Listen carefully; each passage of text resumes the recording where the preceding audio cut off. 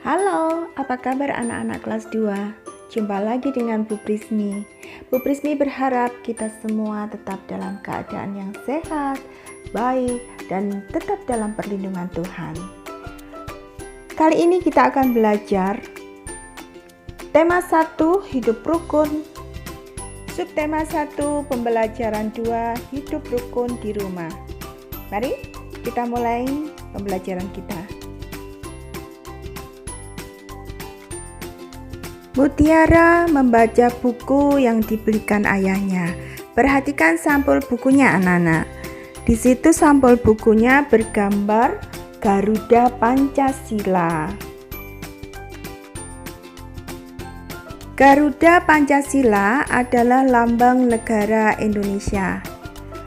Burung Garuda besar, gagah, perkasa. Lihat perisainya. Perisai itu memuat simbol dari sila-sila Pancasila. Pancasila adalah dasar negara kita.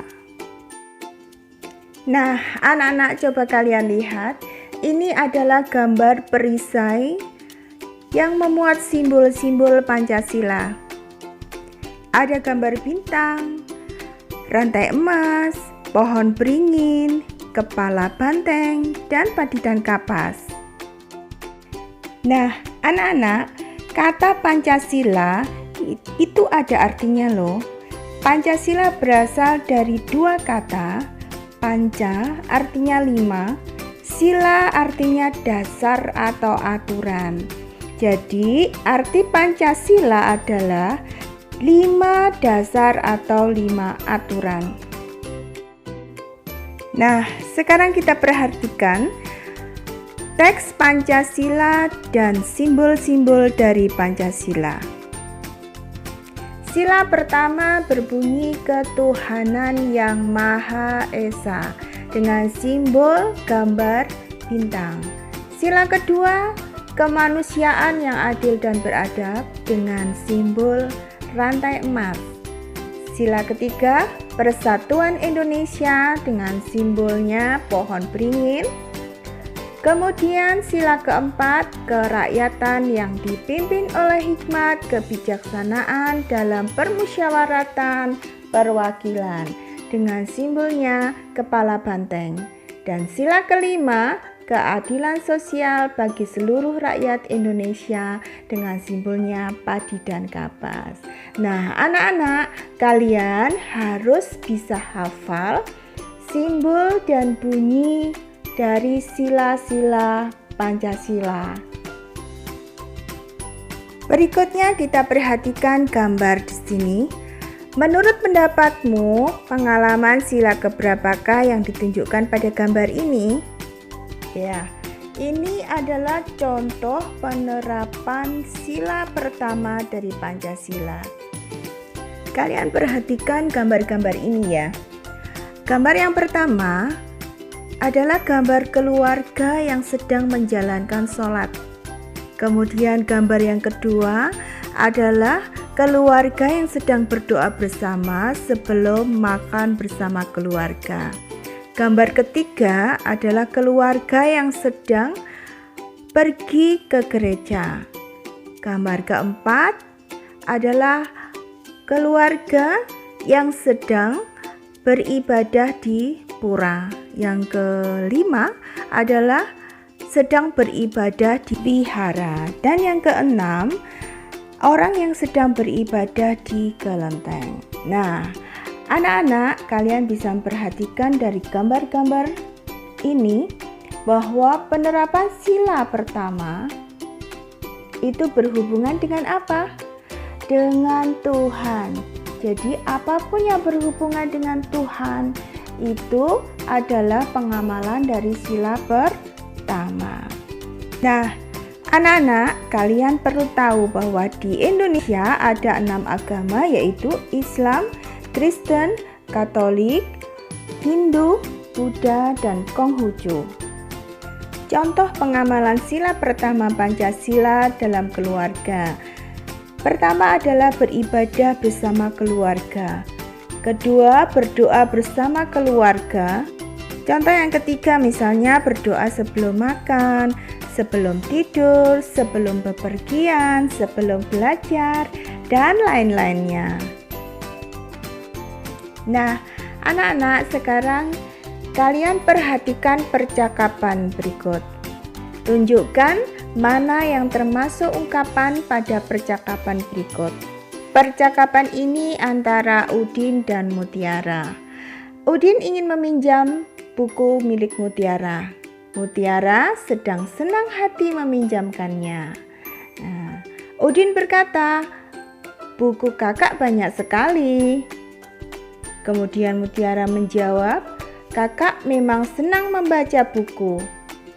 "Wah, kakak memang pantas dijuluki kutu buku." Mutiara menjawab, "Ayo, kamu juga harus rajin membaca. Ini ada buku cerita bagus, judulnya Bintang Lapangan." "Ceritanya tentang apa, Kak?" "Cerita tentang pemain sepak bola yang rendah hati meskipun sudah terkenal." "Berarti dia tidak besar kepala ya, Kak?" "Terima kasih ya, Kak. Saya boleh meminjam buku kakak."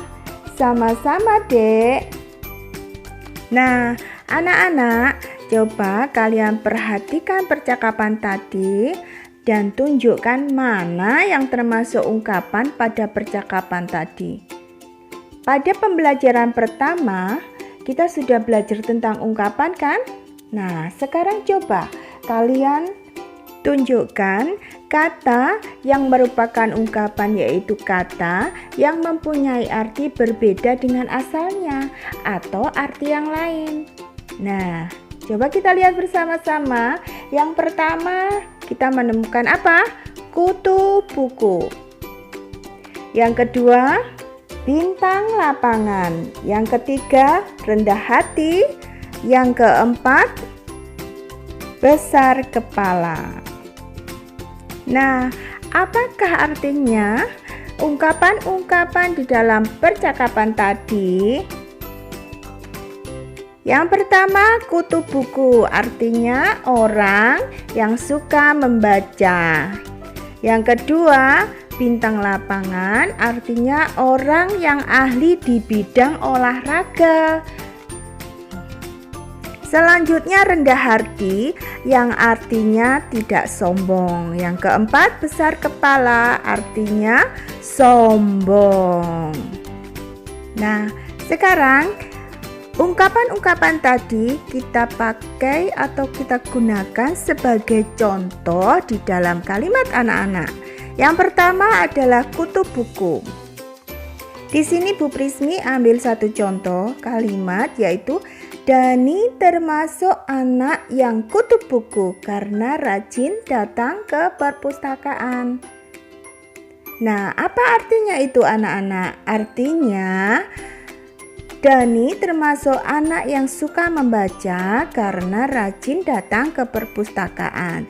Jadi, kutu buku tadi berarti orang yang suka membaca. Contoh berikutnya adalah ungkapan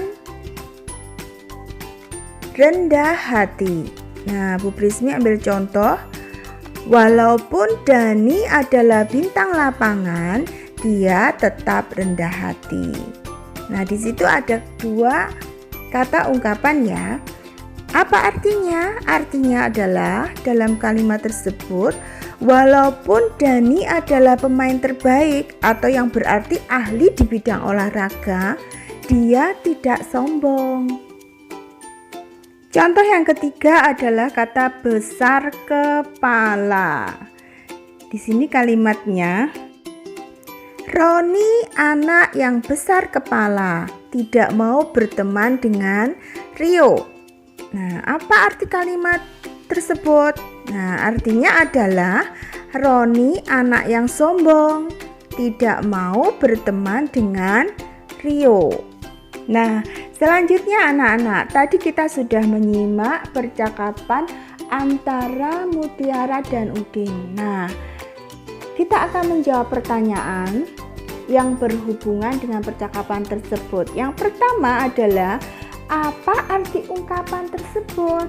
Yang dimaksudkan yaitu ungkapan kutu buku, bintang lapangan, kemudian rendah hati dan besar kepala. Tadi sudah kita bahas satu persatu ya. Nah, yang kedua adalah apakah Udin dan Mutiara saling menyayangi? Tentu saja mereka saling menyayangi karena mereka bersaudara. Seperti kalian dalam keluarga harus saling menyayangi. Kemudian yang ketiga, bagian percakapan manakah yang menunjukkan mereka saling menyayangi? Hayo, bagian yang mana anak-anak?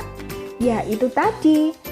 Mutiara meminjamkan buku kepada Udin.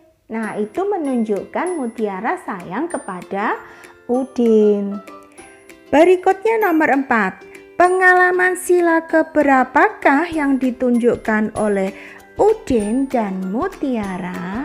Nah, Udin dan Mutiara saling menyayangi anak-anak. Berarti menunjukkan pengamalan sila keberapa? Ya, sila kedua, kemanusiaan yang adil dan beradab. Selanjutnya nomor 5. Apakah kamu menyayangi kakak, adik, saudara, dan orang tua di rumah?